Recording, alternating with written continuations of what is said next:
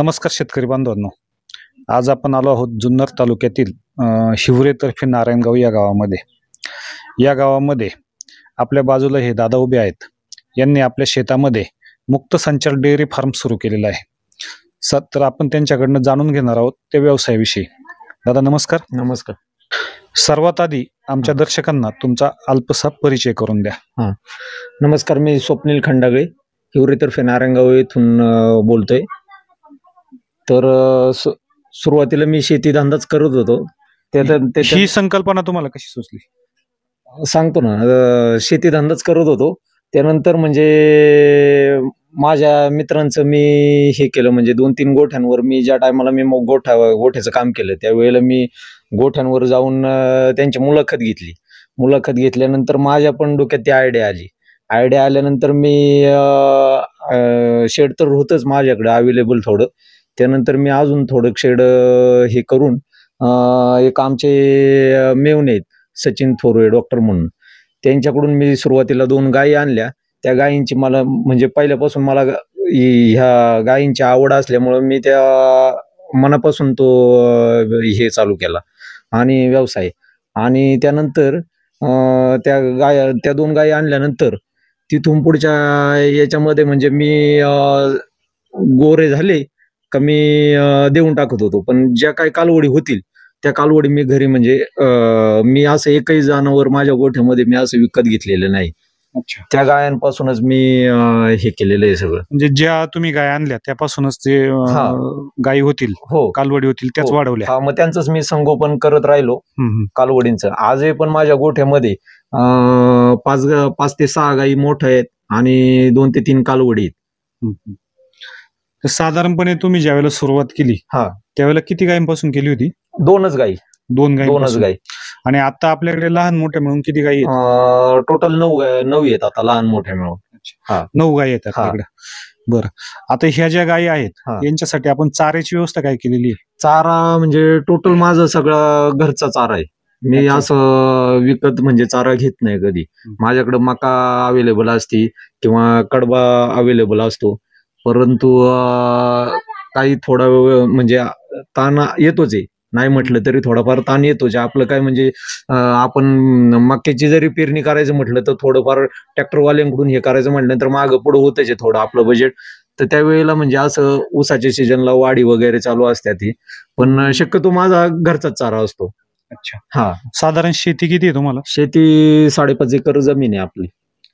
तर त्याच्यात जनावरांना 1.5 एकर क्षेत्र आहे माझं चाऱ्यासाठी. आणि बाकी मी ऊस शेती सोडून दुसरं कोणतं हे करत नाही, माल वगैरे. ऊसच असतो माझा. आता ह्या ज्या गायी आहेत आपल्याकडे यांच्यासाठी काही बाहेरचं पशुखाद्य लोक वापरत असतात, तर त्यापैकी तुम्ही काही बाहेरचं पशुखाद्य वापरता का? नाही, बाहेरचं नाही. आम्हाला जे डेअरी मार्फत म्हणजे मिळतं ना आम्हाला संघामार्फत, तेच आम्ही ती कांडी वापरतो, कात्रज संघाची. अच्छा. आपलं संकलन कुठल्या केंद्रावर होतं? आपलं इथं हिवऱ्यात श्री दत्त सहकारी संस्था आहे, त्यामार्फत आपलं कात्रजच्या डेअरीचं हे होतं. जे कात्रज डेअरीला आपलं दूध सप्लाय होतं. अच्छा. बरं, साधारणपणे आपलं दररोजचं दुधाचं संकलन किती आहे? माझं म्हणजे वैयक्तिक माझं जातं तरी म्हणजे आता कमी आहे सध्या, एक 25 ते 30च्या आसपास आता सध्या चालू आहे. पण माझं ज्या टायमाला माझ्या खऱ्या अर्थाने गाया म्हणजे सगळ्या हे होत्यात, चालू होत्यात, त्यानंतर मी म्हणजे 60-70 पर्यंत मी गेलेलो आहे आतापर्यंत. अच्छा. आता आपल्या ह्या गोठ्यामध्ये ज्या गायी आहेत कुठल्या जातीच्या गायी आहेत? यात आता ही जी बसलेली गायी आहे तर ती म्हणजे सुरुवातीला मी ज्या टायमाला दाजींकडून म्हणजे आमचे दाजीच आहेत ते थोरवे दाजी, त्यांच्याकडून मी कालवडी गाय आणल्या होत्या. त्या गायींपासून मी सायवलचे सिमेंट वापरले सुरुवातीला. ते सायवलचे सिमेंट वापरल्यानंतर मला त्याच्यात पण चांगलं म्हणजे बेनिफिट झाला. मग तिथून पुढं मला जर्सी गायांचं हे लागलं, म्हणजे ती पण कल्पना सुचली मला. मग ह्या गायी किती दूध देतात, त्या गायी किती दूध देतात, यानंतर मग मला ह्या गायींमध्ये थोडं दुधामध्ये जास्त हे वाटलं. मग मी ते सायवल कालवडींचं ते हे करून टाकलं, विकून टाकल्या.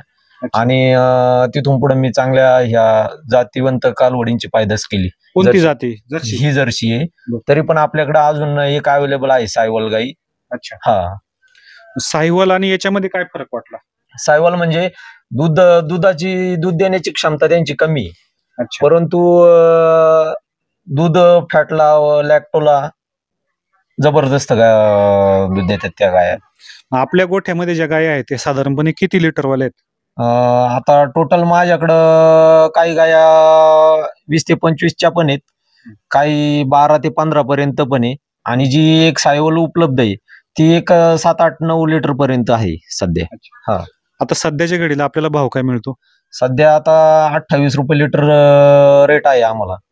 हा, तर साधारणपणे मला सांगा, ह्या गायींपासून आपल्याला शेणखत किती मिळतं? शेणखत मला वर्षाला 10 ते 12 ट्रॉल्या निघतात हे, एवढ्या जनावरांमध्ये. हे जे शेणखत आहे हा. ते तुम्ही स्वतःच्या शेतीला वापरता का त्याची विक्री करता? नाही, स्वतःच्या शेतीला. जर समजा आता माझा ऊसच असतो, ऊस काय 17, 18, 19 महिने हे होत नाही त्याचं, मग समजा एखाद्या वेळेला मी विक्री पण करतो, आणि जर माझं क्षेत्र रिकामं असलं तर मी शेतात पण टाकतो. हा, मग पूर्वी तुमचं जे जीवनमान होतं दूध हा. व्यवसाय सुरू करायच्या आधी हा. आणि आता तुम्ही दूध व्यवसाय चालू केल्यानंतर हम्म. तुम्हाला काय वाटतं की बाबा काय फरक पडला नेमका? नाही तसं आता बोलायचं झालं तर मग आता शेतीला जोडधंदा म्हणून पशुपालन व्यवसाय हा एकदम योग्यच आहे तसं पाहिलं तर. कारण याच्यात काय होतं, मालाटालांमध्ये पण शेतकऱ्याला आताच्या घडीला परवडत नाही. खतांचे वाढते बाजारभाव, परंतु परत खत औषधे त्या माग शेतीला पहिल्यापेक्षा आता जास्त भांडवल पण जास्त गुंतवल्याशिवाय आपल्याला उत्पन्न म्हणजे भांडवल गुंतवून पण भरघोस असं उत्पन्न आपल्याला शेतीतून हे होत नाही. मग त्या अनुषंगाने मग हा पशुपालन व्यवसाय योग्य आहे मालटाल करण्यापेक्षा, म्हणजे आपलं. बरं, आता ह्या व्यवसायामध्ये तुम्ही एकटेच काम करता की घरातले इतर लोक तुम्हाला मदत करू लागतात? घरातली म्हणजे आता तसं बघायला गेलं तर माझे वडील आणि मी, आम्ही दोघच.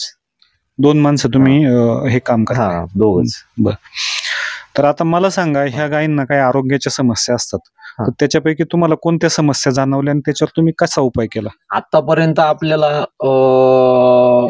रोग असा या गायांना म्हणजे पाहायलाच मिळाला नाही. कारण आतापर्यंत मी ज्या 2 गायांपासून सुरुवात केली, अशा म्हणजे त्यांना लंपी नाही किंवा कुठल्या रोगाचं म्हणजे आपला थायलेरिया नाही किंवा काय नाही. आपल्या कारण हे वातावरण पण माझ्या गायांना योग्य प्रमाणात म्हणजे सूट झालेलं वातावरण आहे. आणि असं बाकीच्या ज्या जातीवंत गाय आहेत, समजा 25 ते 30 किंवा अशा पंजाब सारख्या गायी, यांना इकडे आल्यानंतर जो काही डॉक्टर मार्फत खर्च होतो किंवा त्यांना ते वातावरण सूट नाही, तसं आपल्या ह्या गोठ्यामध्ये तसं या गायींना तसं आजपर्यंत काही मला कळून आलेलं नाही. आता बऱ्याच ठिकाणी आपण पाहतो की 40 लिटरवाल्या गायी आहेत, 50 लिटरवाल्या गायी आहेत. मग तुम्हाला असं का नाही वाटलं की आपण त्यातली सुद्धा एखादी गाय पाळावी? जेवढी जास्त गायीची दूध देण्याची क्षमता तेवढा जास्त गायीला मेंटेनन्स पण चालू असतो. हा, तसं ह्या गायांना जरी दुधाची क्षमता यांची 20 ते 25 लिटर म्हणजे ही म्हणजे एवढी पण कमी नाही. एवढी जरी गायनी दुधाची कॅपॅसिटी ठेवली तरी शेतकऱ्यांना चांगल्या प्रकारे फक्त घरचा चारा पाहिजे, चांगल्या प्रकारे परवडू शकतं. साथीचे जे आजार असतात, लाळ्या, खुरकूत किंवा नाही का, तर याच्यासाठी तुम्ही काय काळजी घेता? मग यासाठी आता आमच्या डेअरी मार्फत, संघामार्फत आहे ना, आम्हाला एक 4-6 महिन्यातून आम्हाला लसीकरण होतं आमच्या डेअरी मार्फत आमचं. मग त्यात खरकुताची लस असेल, लंपीची लस असेल, परत थायलेरिया सारखे आजार, मग ते घरोघरी जाऊन ते डॉक्टर लोक येऊन आमचं लसीकरण करून जाते ते. हा, वैद्यकीय मार्गदर्शन आपल्याला कसं मिळतं, कुणाचं मिळतं? आमचे इथले तसे आता माझे मेवणेच स्वतः डॉक्टर आहेत, परंतु ते तिकडं लांब असल्या कारणानं आमच्या इथं गावात पण खोकरा डॉक्टर म्हणून आहेत. हा, मग ते आम्हाला योग्य म्हणजे सल्ला देऊन मार्गदर्शन म्हणजे योग्य प्रमाणात हे करतात ते. आपण ज्या कात्रज डेअरीला दूध संकलन करता, ह्या डेअरीची पेमेंट पद्धत कशी आहे? आमचं म्हणजे डेअरीमध्ये दर 10 दिवसाला पगार असतो. एक पगार डेअरीच्या अंगावर असतो. म्हणजे समजा जर 1 ते 10 तारखेपर्यंत आपण दुधाचं संकलन केलं आणि तिथून पुढे 10 ते 20 तारखेपर्यंत जर संकलन केलं तर 1 ते 10चा पगार त्या याच्यात 20 तारखेपर्यंत आम्हाला मिळून जातो. मला सांगा, साधारणपणे ह्या जनावरांपासून आपल्याला दर महिन्याला सर्व खर्च वजा जाता किती फायदा शिल्लक राहतो, किती पैसे शिल्लक राहतात? सर्व खर्च वजा जाता साधारणपणे आम्हाला ह्या दूध व्यवसायामध्ये या गायींमधून 15,000 रुपये महिन्याला बेनिफिट होतोय. आणि ह्या म्हणजे शेणखताचं पण तसं जर पाहिलं तर महिन्याला 1 ट्रॉली मला मिळते एवढ्या जनावरांमध्ये. एकंदर किती होतं? एकंदर माझं महिन्याला 20,000 रुपये प्रॉफिट होतंय ह्या धंद्यामध्ये. प्लस मी हे काम करून पण माझे दुसरी जी काही शेती ती शेती पाहून मी हा व्यवसाय करतोय. हा, मग याच्यात माझं घर खर्च वगैरेच हे होऊन त्यात माझी शिल्लक इन्कम पण बाजूला पडते. आता एखाद्या व्यक्तीला या व्यवसायात उतरायचंय, हा, परंतु त्याला ह्या व्यवसायाची काही माहिती नाहीये, तर तुम्ही त्याला काय मार्गदर्शन कराल? त्याने सुरुवात कशी केली पाहिजे? सुरुवात म्हणजे करतानाच आहे ना, असं म्हणजे आपण 1-2 गाय जरी विकत आणल्या तर त्या गायींपासूनच म्हणजे टोटल समजा त्यांच्या जरी मनात जरी असलं तर मला पण एक 10 ते 15 गायींचा गोठा करायचा आहे. मग आपण त्याच्यात 9 ते 10 गायी विकतच आणल्या पाहिजे. विकत आणून त्यांच्या धारा काढायच्या, हे शेतकऱ्याला परवडणार नाही आणि असा व्यवसाय कधी चालत नाही.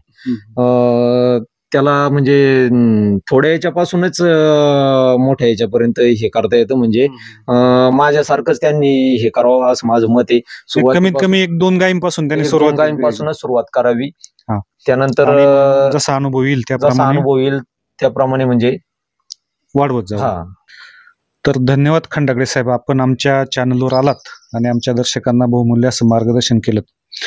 आमच्या चॅनलच्या वतीने आणि आमच्या दर्शकांच्या वतीने तुमच्या व्यवसायासाठी तुम्हाला खूप खूप शुभेच्छा. धन्यवाद.